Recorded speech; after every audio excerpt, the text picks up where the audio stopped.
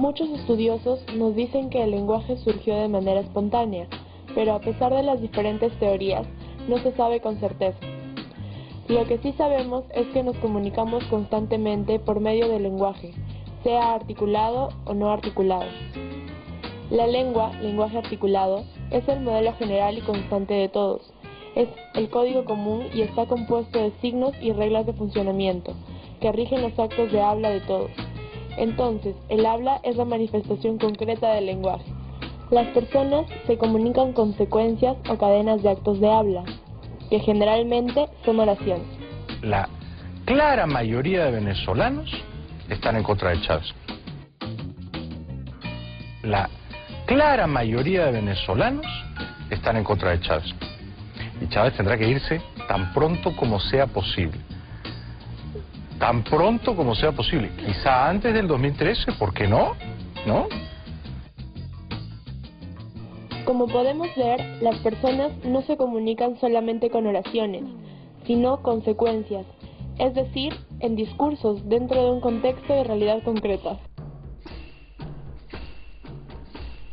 En este informe se mostrará los elementos para el análisis del discurso de una manera muy general. Antiguamente, las tendencias de los estudios del lenguaje tomaban como objeto la oración, pero actualmente toman a una unidad mayor que la involucra, discurso o texto. El siguiente texto es un fragmento producido en la acción de un discurso literario. Su verdadero nombre era Pablo Rojas, pero siempre se las ingenió para que lo llamaran Vicente Arlés.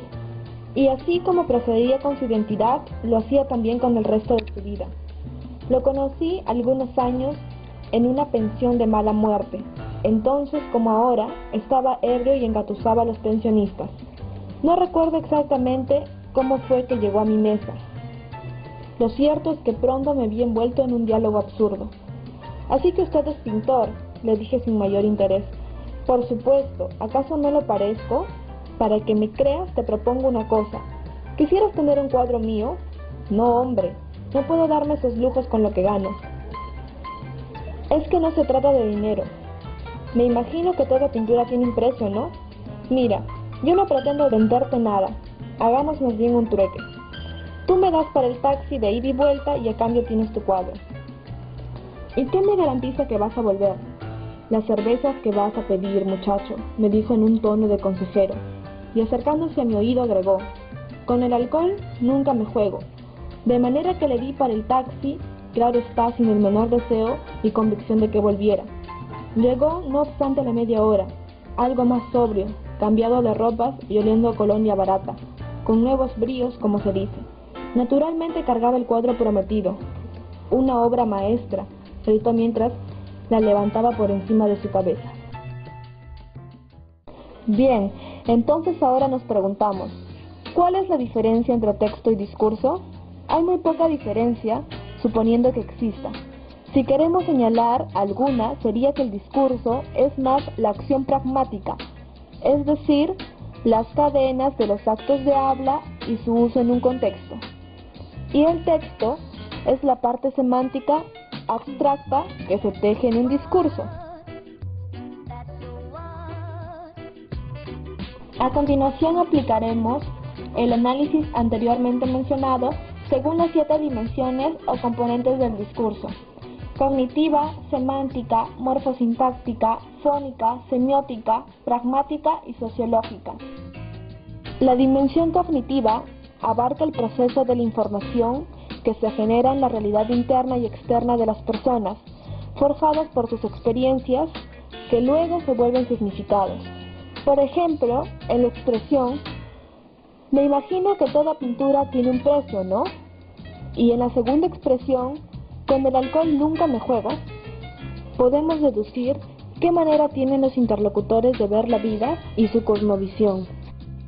La dimensión semántica en el texto se analiza de dos maneras: según su macroestructura y según su superestructura.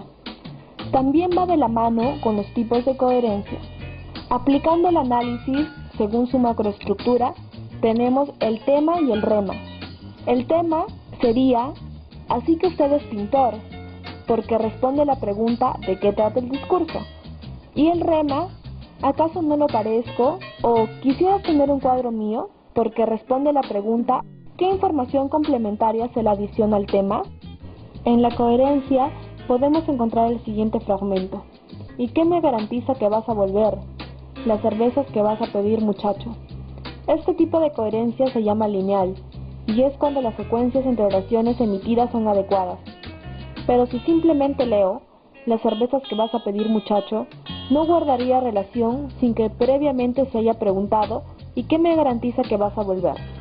En su superestructura encontramos la tipología textual, que en este caso es un texto narrativo.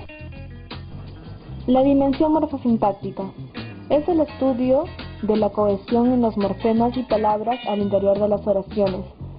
Ejemplo, ¿quisieras tener un cuadro mío? Se puede ver que hay articulación entre la sintaxis y la morfología. Dimensión fónica. Este análisis estudia las unidades fonológicas que se producen fonéticamente. Es así que podemos reconocer si un discurso es oral o escrito. Obviamente el discurso estudiado es escrito. Dimensión semiótica. El análisis parte de considerar en el discurso un proceso semiótico o semiosis, que quiere decir que el texto va a ser construido con la ayuda de símbolos, signos, donde intervienen los elementos emisor, receptor, código, mensaje, contexto, destinatario. En el discurso también se identifica la tipología textual. En este caso estudiado es un capítulo de un libro. También podemos decir que se produjo en la lengua castellana, mas no se hacen presentes otros tipos de signos. Dimensión pragmática. El discurso por sí es una realidad pragmática, pero lo que caracteriza a esta dimensión es que el discurso tiene la propiedad de ilustrar una fuerza ilocutiva. Esta es la intención de comunicar algo en los actos de habla. Así que la expresión ¿y qué me garantiza que vas a volver? Expresa la presencia callada del emisor que en el texto atribuye al personaje, pero que en realidad corresponde al autor del texto, Luis Eduardo García. El personaje se hace presente como primera persona. ¿Vas a volver? Expresión que sitúa a los interlocutores en un lugar concreto y a su vez guarda relación con el tiempo, que es ahora. Dimensión sociológica. Es la esencia del discurso, en donde mínimo intervienen dos agentes.